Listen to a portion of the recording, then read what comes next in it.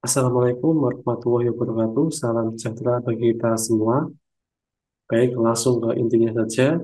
Video ini dibuat khusus untuk IK2A dan IK2B karena kelas IK2A dan IK2B sering kosong kuliahnya dikarenakan libur nasional ataupun saya ada keperluan. Tuh, jadi ini khusus IK2A dan IK2B karena masih banyak ketinggalan materi gitu.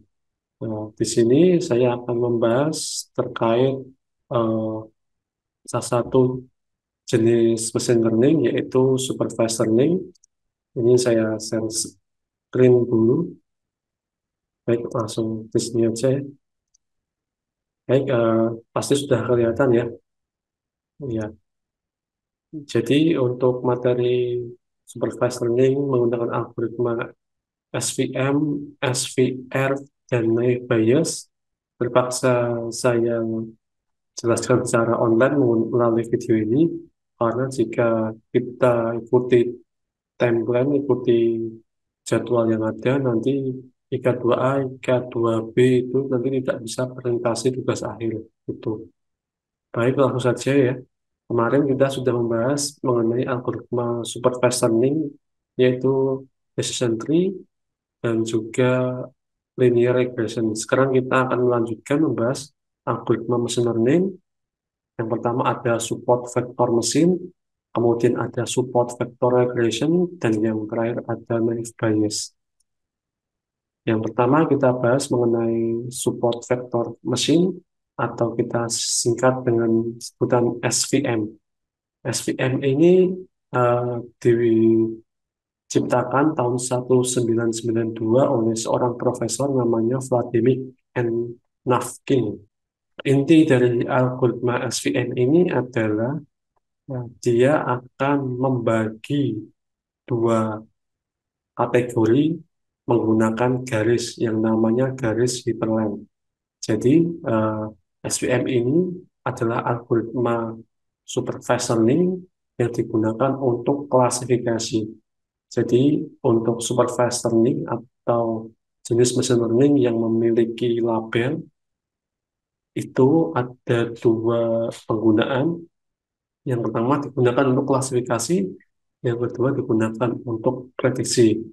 Dan untuk SVM ini digunakan untuk melakukan klasifikasi. Ya, di sini kita lihat, di sini kita ingin mengklasifikasikan segitiga dan juga lingkaran. Nah, dengan menggunakan SVM, kita membuat garis ya. Garis di mana garisnya ini bisa optimal memotong segitiga dan lingkaran ini dengan presisi. Ya, jadi di SVM ini eh, misi kita adalah membuat garis yang bisa memotong segitiga dan lingkaran. Tapi perpotongannya harus optimal. Jadi jarak garis dengan lingkaran terluar harus sama dengan jarak garis dengan segitiga terluar. Nah, di sini kita membuat yang namanya garis Hyperlane. Nah, terus ini ada namanya margin ya, margin antara garis Hyperlane dengan lingkaran, margin antara garis Hyperlane dengan segitiga. Gitu. Jadi tujuan di SVM ini kita kita mencari garis Hyperlane, garis yang dia bisa optimal memotong atau membagi dua buah kelas, yaitu kelas segitiga dan kelas lingkaran. Seperti itu. Ya, ini beberapa keunggulan dari SVM ya. SVM ini efektif pada data berdimensi tinggi atau data dengan jumlah fitur atau atribut yang sangat banyak. Jadi cocok jika misalkan kita memiliki atribut atau fitur yang banyak, SVM ini sangat cocok. Kemudian SVM ini eh, dia bisa untuk menangani jumlah data yang banyak juga. Jadi lebih powerful dibandingkan decision tree. Oke, nah ini kita di sini di algoritma SVM disuruh mencari yang namanya hyperlane tadi atau garis yang membagi dua kelas. Ya, misalkan ini ada kelas ayam dan kelas ular, kita buat garis yang dia itu betul-betul bisa membagi secara optimal. Ya, seperti ini contohnya. Nah, ini adalah kasus SVM pada eh, pada data dua dimensi. Ini kan data dua dimensi. Data dua dimensi terdiri dari ini ya, dari panjang dan lebar. Ada lebar, ada panjang. Yang lebar, ada panjang. Gitu. Ya, seperti ini. Jadi kita disuruh mencari ini hyperlength atau disebut juga dengan decision boundary. Ini sama aja. Decision boundary atau hyperlength itu sama aja. Oke, terus di sini kita eh, sebagai seorang machine learning engineer ya, kita harus mencari parameter terbaik agar mendapatkan garis hyperlength yang dapat membagi dua kelas ini dengan sama. Ya, di sini kita harus melihat data terluarnya. Misalnya data terluar dari bola basket, ini data terluar dari bola sepak. Nah, terus kita buat garis lurus ini untuk menghitung marginnya. Jadi ada low margin, ada high margin. Yang bagus adalah yang high margin yang kita buat eh, yang marginnya lebar. Tuh, ya, ya di sini ya. Jadi di sini ada Paperline, terus ini ada data terluar, terus kita nanti hitung marginnya. Marginnya itu harus sama antara kelas ayam dan kelas ular ini. Jadi jarak data terluar. Ya, itu untuk SVM yang data dua dimensi atau data yang linear. Kalau misalkan datanya tidak linear seperti ini, misalkan di sini kita disuruh untuk membagi titik merah dengan titik biru. Nah, kalau kita pakai garis kan nggak mungkin ya. Kalau kita pakai garis kan nggak bisa membagi ya, nggak bisa baginya. Oleh karena itu di sini kita akali ya, ini kan eh, datanya kan dalam bentuk dua dimensi. Nah, supaya kita bisa mengklasifikasikannya, bisa mengklasifikasikan titik biru dan titik merah ya. Caranya adalah kita buat eh, data yang dua dimensi ini menjadi data tiga dimensi seperti ini. Ya, ini kan data dua dimensi ya, data non-linear. Kalau yang tadi kan data yang klasifikasi ular dengan ayam kan dia datanya linear. Nah, kalau datanya seperti ini agak susah untuk membagi ya, mengklasifikasikan antara biru dan merah, agak susah untuk membuat hyperlength atau boundary decision. Untuk membuat decision boundary ini sangat susah, oleh karena itu triknya adalah kita buat dia menjadi tiga dimensi seperti ini. Nah, di sini untuk bisa membuat gambar dua dimensi menjadi tiga dimensi, kita membutuhkan yang namanya kernel. Kernel. Ya, jadi metode untuk membuat dua dimensi menjadi tiga dimensi itu metodenya dinamakan kernel grid. Ya, dengan begini ya, dengan kita membagi menjadi tiga dimensi, kita dengan mudah dapat membuat garis hyperline-nya untuk membagi data warna biru dan data warna merah seperti itu. Yaitu untuk data yang non-linear. Datanya bentuknya eh, lingkaran seperti ini ya. Nah, kemudian untuk eh, ini visualisasi bagaimana untuk membuat data non-linear menjadi data yang bisa dibagi ya, bisa dibagi menjadi hyperlength. Kita bisa melihat visualisasinya, bisa ditonton eh, di situs ini, Udiport ini. Itu. Nah, itu. Baik untuk kasus yang lainnya, misalkan kita ingin membagi data yang satu dimensi ya, data satu dimensi itu hanya memiliki panjang atau hanya memiliki lebar saja.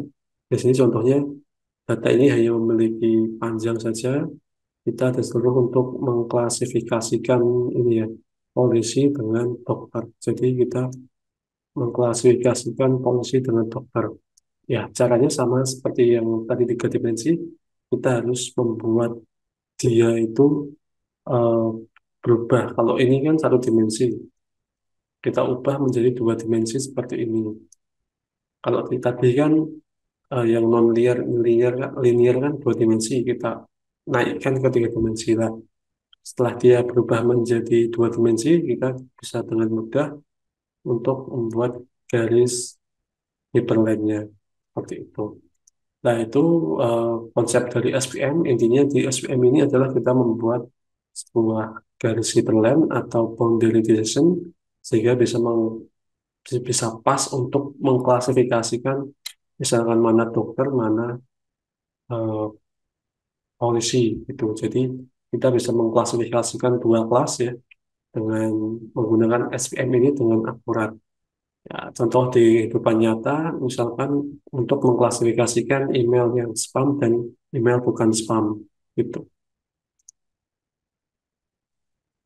Nah, ini ada beberapa kernel ya, yang tadi kan kita bisa merubah yang tadinya satu dimensi menjadi dua dimensi, yang tadinya dua dimensi menjadi tiga dimensi.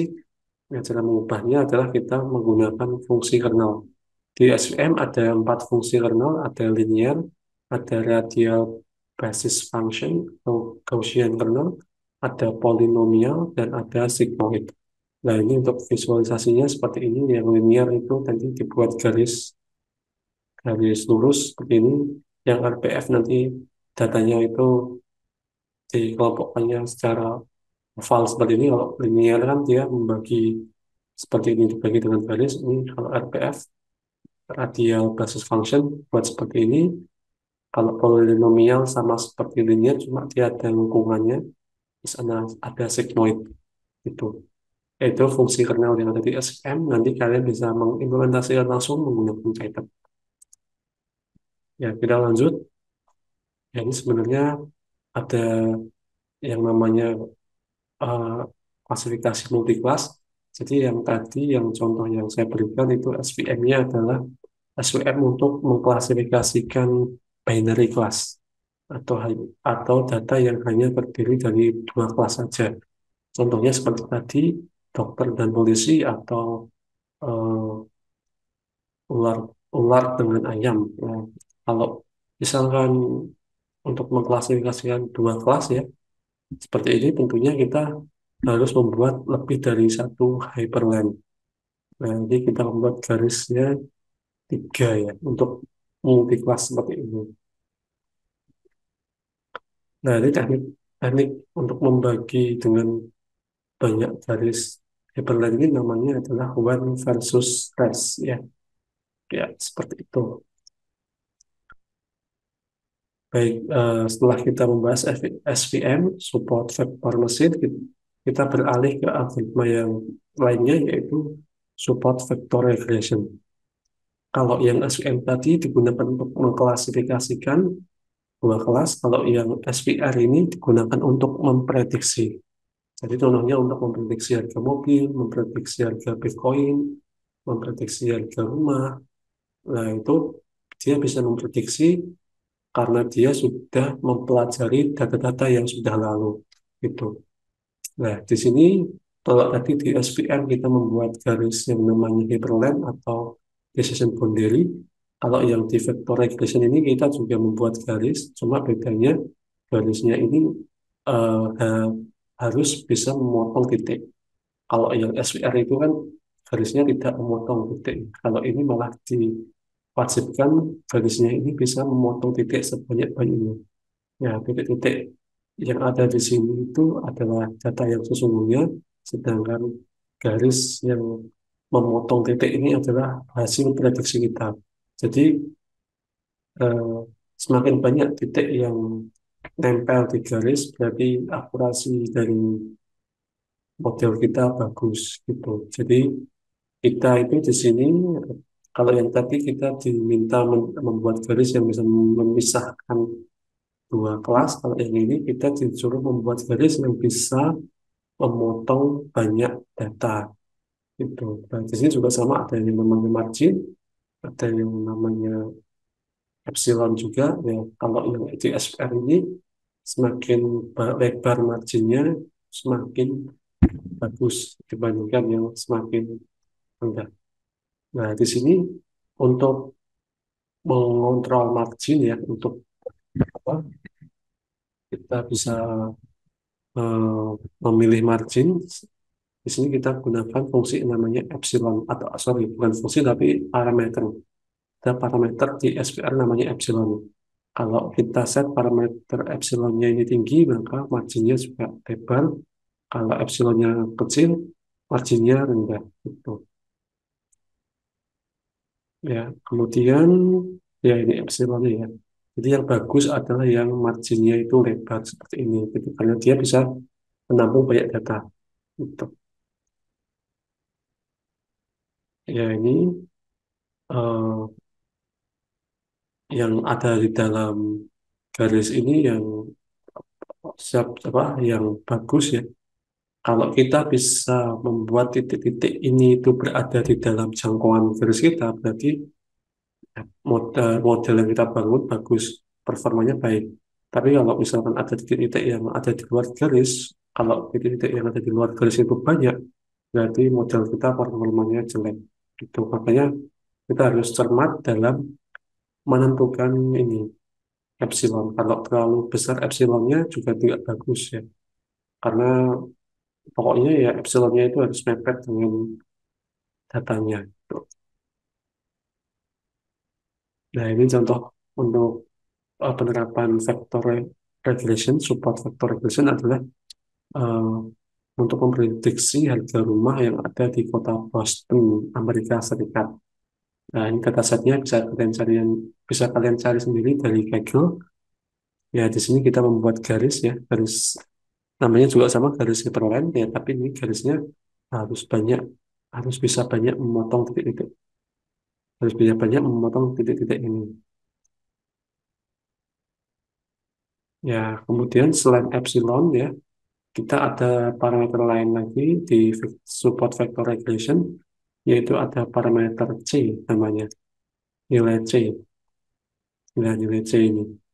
Jadi eh, nilai C ini akan mempengaruhi sudut kemiringan garis. Jadi misalkan di sini kalau C-nya itu saya set 2, maka garisnya adalah seperti ini, agak mendatar. Nah, ini tujuh kita ini diminta untuk mengubah-ubah nilai C supaya garisnya itu bisa memotong banyak titik. Harusnya kan garisnya kan seperti ini ya, harusnya kan seperti ini ya, supaya dia itu bisa memotong banyak titik gitu. Ya, di sini untuk mengubah mengubah kemiringan garis, kita bisa menggunakan nilai C, menambahkan parameter C ya. Ya, supaya ini bisa memotong banyak garis seperti ini, kita ubah nilai C-nya. Kemudian ada tiga jenis implementasi support vector regression pada segmen, ada SVR, ada NSVR, ada linear SVR. Nanti bisa dicoba-coba itu. Baik, baik, ya itu untuk support vector mesin dan support vector regression. Sedikit penjelasan mengenai support vector mesin itu untuk klasifikasi, untuk kalau support vector regression untuk memprediksi. Pokoknya kalau kalian baca ada regression atau regression itu pasti digunakan untuk prediksi.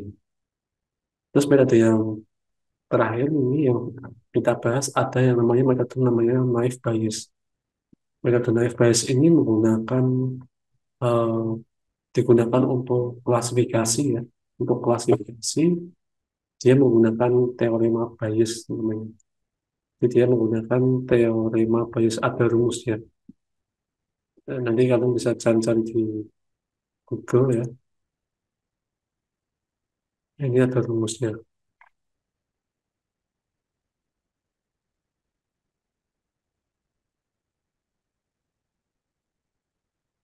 Nah, ini contoh teorema Bayes ya. Ini ada rumusnya. Ya, pokoknya naive Bayes ini bekerja berdasarkan probability atau probabilitas. Ya, ini probabilitas eh, adanya A jika B itu benar. Probabilitas A jika B benar. Ya, pokoknya rumusnya seperti ini ya. Nanti akan kita bahas, kita terapkan di studi kasus. Ya, di sini kita terapkan di studi kasus kita. Jadi algoritma Bayes itu, naive Bayes itu bekerja berdasarkan probabilitas.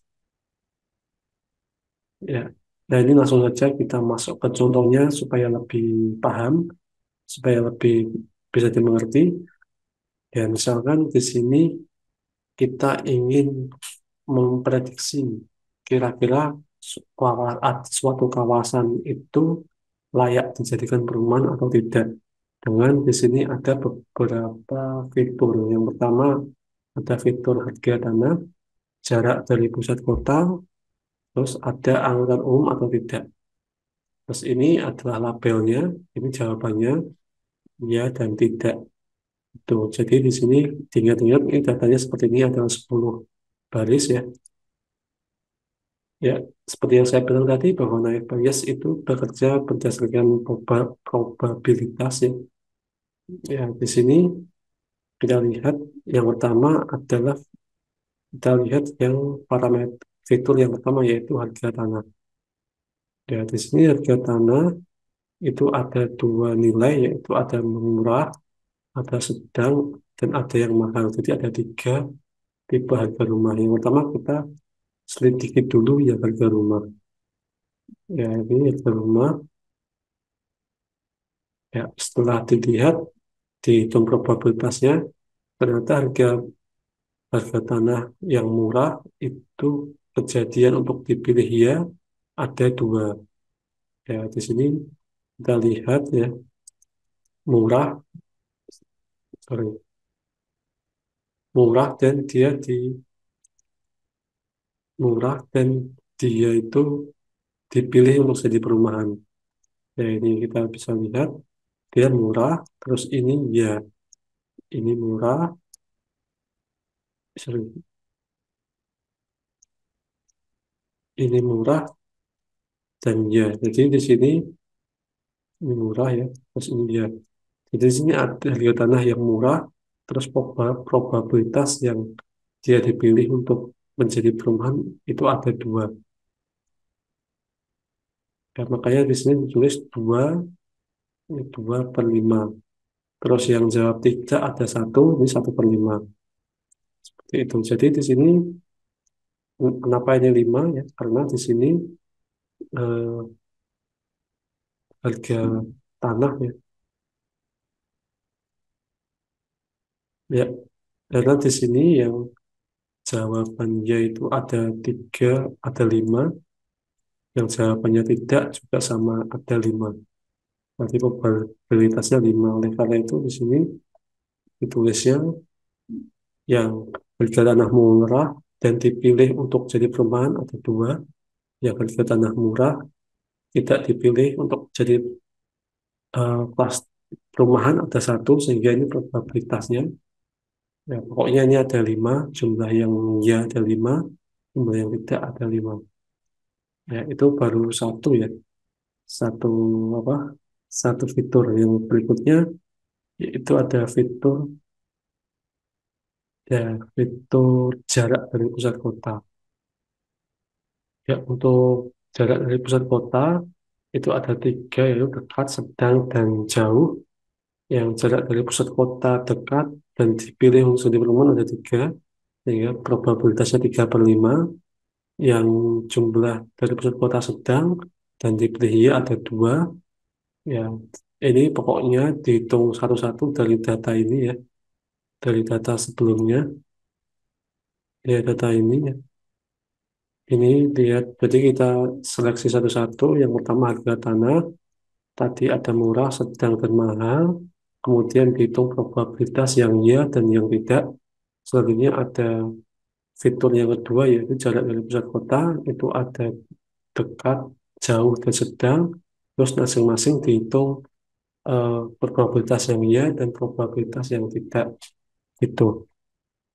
Nah, nanti hasilnya seperti ini. Ini yang jarak dari pusat kota, ini yang ya, ini tidak. Terus ini yang ada angkutan umum atau tidak, probabilitas yang dia itu ada angkutan umum dan dipilih jadi perumahan ada satu, yang dia ada angkutan umum tapi tidak dipilih sebagai perumahan ada tiga. Gitu.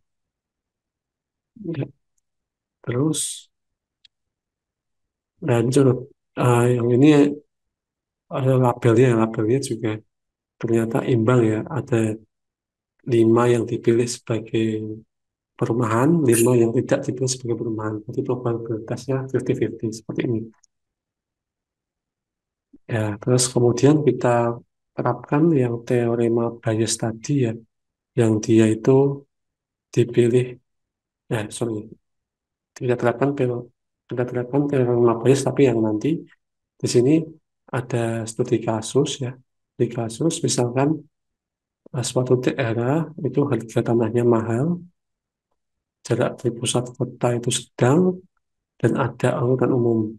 Kira-kira ini probabilitasnya dipilih sebagai perumahan itu berapa persen? Nah, di sini kita lihat yang dia itu mahal dan dijadikan tempat untuk perumahan, itu probabilitasnya tadi ada 1,5. Ya, ini dilihat dari data yang sebelumnya, yang tadi ya, yang dia tanahnya mahal, tapi dipilih sebagai perumahan. Kalau yang jaraknya sedang, terus dia dipilih sebagai perumahan ada 2,5. Terus yang ini dia ada angkutan umum dan dia dipilih sebagai perumahan itu ada satu.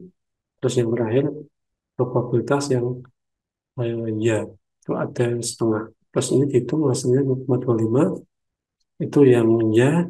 Untuk yang tidak mahal dan tidak dipilih ada 3,5, jarak sedang dan tidak dipilih ada 1,5, dan seterusnya hasilnya adalah 0,08 sama 0,036. Tuh.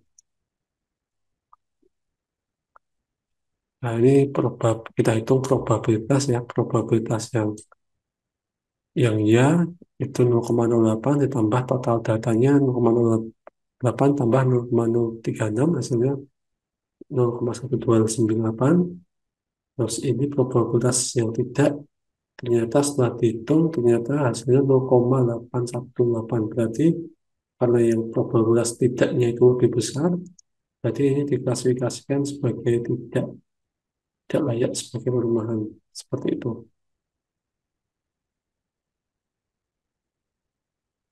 Ya, terus ini eh, life bias yang tadi kan datanya data kategorik ya, di mana kita hanya ada iya dan tidak. Nah, terus kalau datanya itu data numerik ya, data yang berupa angka seperti ini, misalkan harga tanah, jarak dari pusat kota, ada angkutan umum, ya ini jarak pertama yang harga tanah dan jarak dari pusat kota itu bentuknya kategori begini. Bagaimana cara untuk mengklasifikasikan di life bias? Ya, ini caranya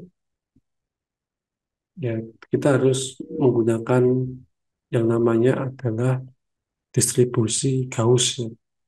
Ya, ini Gauss, distribusi Gauss ini itu dijabarkan dalam fungsi matematika seperti ini fungsi matematika.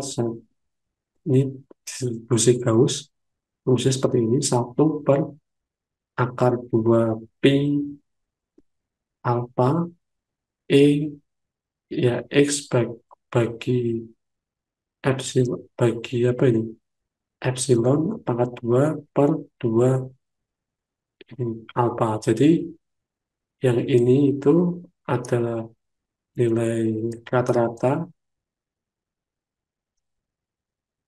ya ini nilai rata-rata, sedangkan yang bentuknya seperti ini itu adalah standar deviasi, STD, standar deviasi. Jadi kita menghitung nilai min dan nilai standar deviasinya.